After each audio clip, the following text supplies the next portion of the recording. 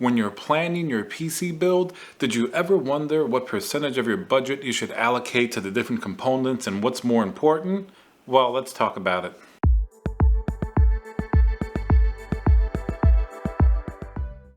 Hey guys, Tiago with Classical Technology here. Thank you for watching my video once again. Please subscribe if you enjoy my content. Leave a comment below. What do you think is the most important budget-wise in a new system build? And let's get to it. So when you're building your new gaming computer or even a workstation computer, just remember that everything is a system that works together. That's why you call it a system build. So while you can skimp on some items in order to get more expensive items that are going to benefit you more, overall everything has to be of a certain standard to make sure you get a really nice experience. But we're going to talk about some of the components you should give priority to that's going to give you the best user experience, especially for gaming.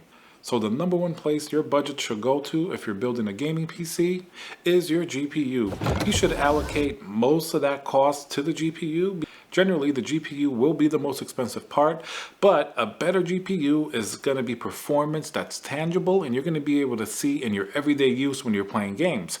It's hard to see the difference between 8 gigs of RAM and 16 gig of RAM until you really push it, but a GPU immediately, if it's not powerful enough, your game's going to lag and your game's not going to function correctly at all. So make sure to allocate most of your budget towards the GPU. Now, maybe a good way to approach it and a good rule of thumb to see how much you should spend on your GPU, figure out your total budget. Let's say if it's $1,500. Price out all of the other components and then see how much GPU you can fit in there. And if you have a little bit of wiggle room, then you can upgrade your CPU and other things like that. But first, focus on your GPU because it's going to give you the most benefit. The second thing you should focus on is going to be your motherboard and CPU. This is going to dictate a lot of your connectivity and a lot of different options. And while it doesn't affect gaming nearly as much as the GPU, you also don't want to bottleneck your system with a very slow CPU. So you want to make sure that you're going to get a CPU that's going to be able to keep up with whatever games you're playing. Remember, if you're doing 1080p, the CPU is going to be even more important, and as you do 4K, the GPU is still going to be the most important with the CPU not having as big of a factor. But if you're doing 4K, you also don't want to crimp your system by just having a very slow CPU. So now a little tidbit that I've noticed, because I've had, regular price motherboards and really expensive motherboards, stuff like the X570 Godlike and things of that nature. It's really not worth it most of the time unless there's a very specific feature that you're going to take advantage of. Go for whatever fits in your budget, you like the aesthetics of, and it has at least some of the features that you're looking for. Let's say if you know you need a certain amount of USB ports, make sure to get that motherboard. If you need Wi-Fi 6, for example, that's a little bit newer, make sure to go for that.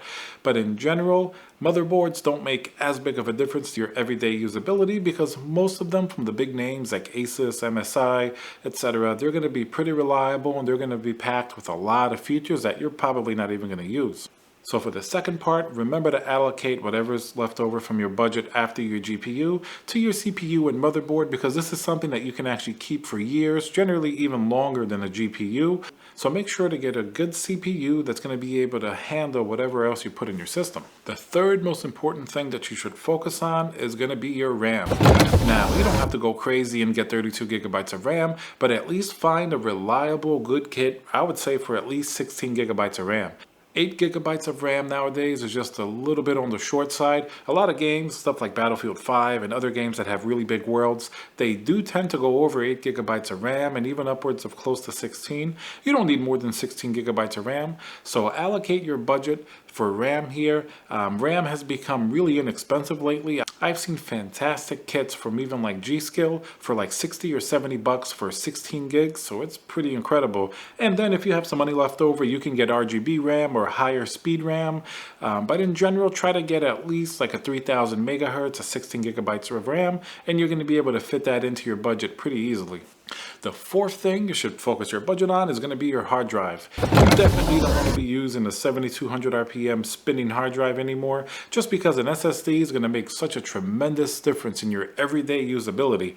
Of course, hard drives aren't going to affect your graphics performance in game, but it is going to make stuff plainly just load faster, and it's going to give you a better user experience in Windows across the board.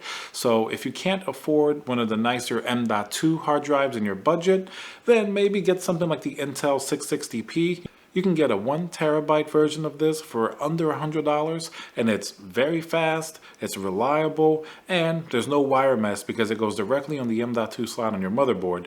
Or then your other option is to get a 2.5-inch SSD. These are going to be more than fast enough for everyday use as well as games. While they may not have the same benchmarking performance or even file transfer performance as the more expensive SSD drives, these are generally going to be fine. So it's definitely something you want to keep in the budget of your system. And the fifth and last most important thing that you want to actually make sure you allocate enough budget for in your system is your power supply. Don't get a really cheap and no brand power supply, because if you have any issues, a power supply can give problems to the rest of your system entirely. While a power supply by itself is not going to help your graphics performance in game, it's not going to make things go faster. It will be quieter the better power supply that you get. I've always loved to use stuff like the EVGA G2 and G3, like gold power supplies. Corsair makes great power supplies, Seasonic, Silverstone. Get a well-known brand. Get something that's maybe either semi-modular or fully modular, so that way you can put on custom cables later on if your budget allocates for it. But just make sure to get a power supply that you see a lot of people with good reviews for. You don't want to put a weak link in your system in terms of the power supply.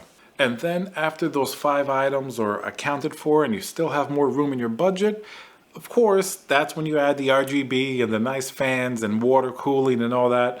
Then the sky's the limit. First, of course, maximize the price to performance ratio of your GPU and your CPU and RAM and all those components. Doesn't mean get the most expensive stuff possible. Just get the stuff that's going to perform the best for what you're doing, and it's going to be the best bang for your buck.